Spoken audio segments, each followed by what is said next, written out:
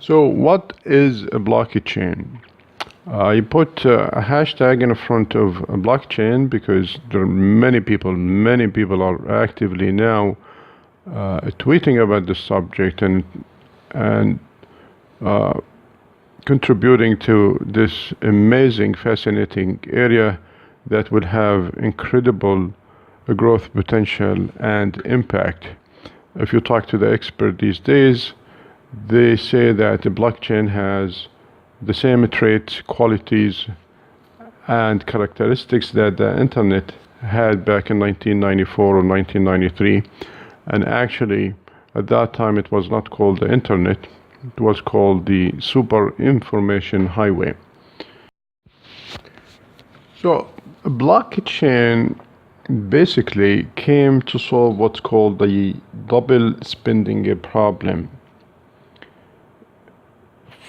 If Alice, for example, if Alice wants to send money electronically through the internet to Bob, how can you prevent Alice from sending the same amount of money to Eve?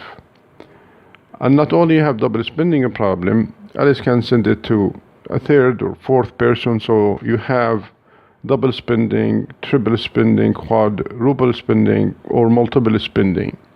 Now, if you try to solve this problem through a centralized server, it becomes very easy to solve. An example of that would be like PayPal.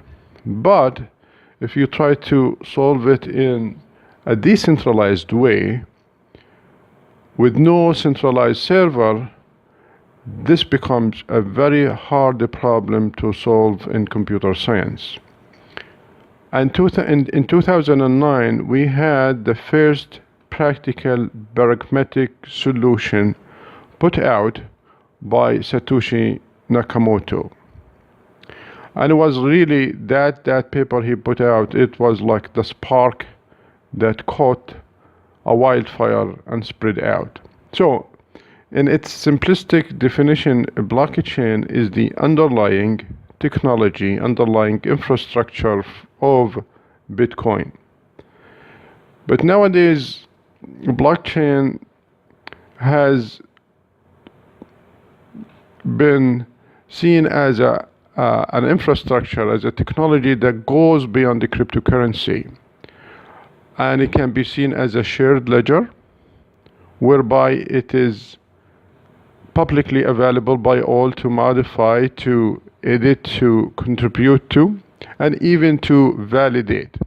So it's a cross-border trusted ledger for storing information.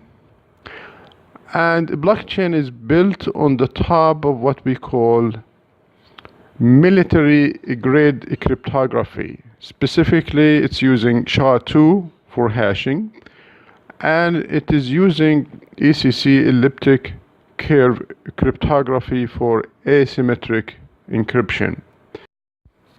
And the blockchain makes use of what's called consensus algorithms, and there are different consensus algorithms, and they are set up there for all these miners that they have copy of the ledger and records of what happened in terms of transactions and in terms of execution outcome. These are the miners node that will have to reach consensus or agreement, and we have to, for a transaction to be confirmed, we have to have at least 50% of all nodes participating in validation to agree on a certain outcome. And we have different types of consensus algorithm. The three most popular ones are proof of work, proof of stake, and proof of elapsed time. But what really took blockchain in early 2014 to the next level is this notion of smart contracts. And smart contracts is given blockchain the ability to be programmed. Smart contracts are basically code that you can upload to the blockchain, and for all miner nodes to execute that code and agree on the execution outcome. So in a way, you have sort of like what I call open execution, where the code is available and can be examined and be read by all at any time, and the outcome of that execution is also validated by all minor nodes. So smart code is like business logic that you upload to the blockchain, and then the outcome can be validated by all nodes. Smart contracts were invented by this genius guy called Vitalik Buterin, and he put out actually a paper in 2014 on GitHub. He was at that time 19 years old. He published a paper and posted on GitHub and Reddit and asked people for donation to establish the Ethereum blockchain. And he collected $19 million in 4 weeks. And now 12 months later, his company net worth was about $1.5 billion, and now it's worth maybe 100 times that. Let me highlight briefly the main primary features of blockchain. A blockchain first provides what we call a cross-border global distributed trust, especially if you have multiple parties, stakeholders, or players distributed across the globe in different countries, but they share a distributed database. They share a ledger that has records of transactions or of information,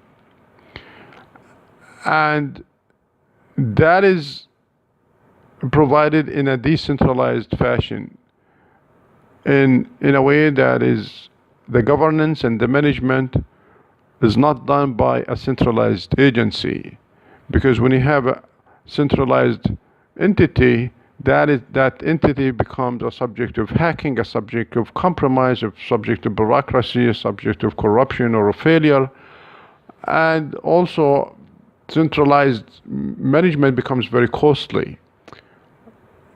So what is so superior about the blockchain is the fact that all of that is done in a decentralized manner.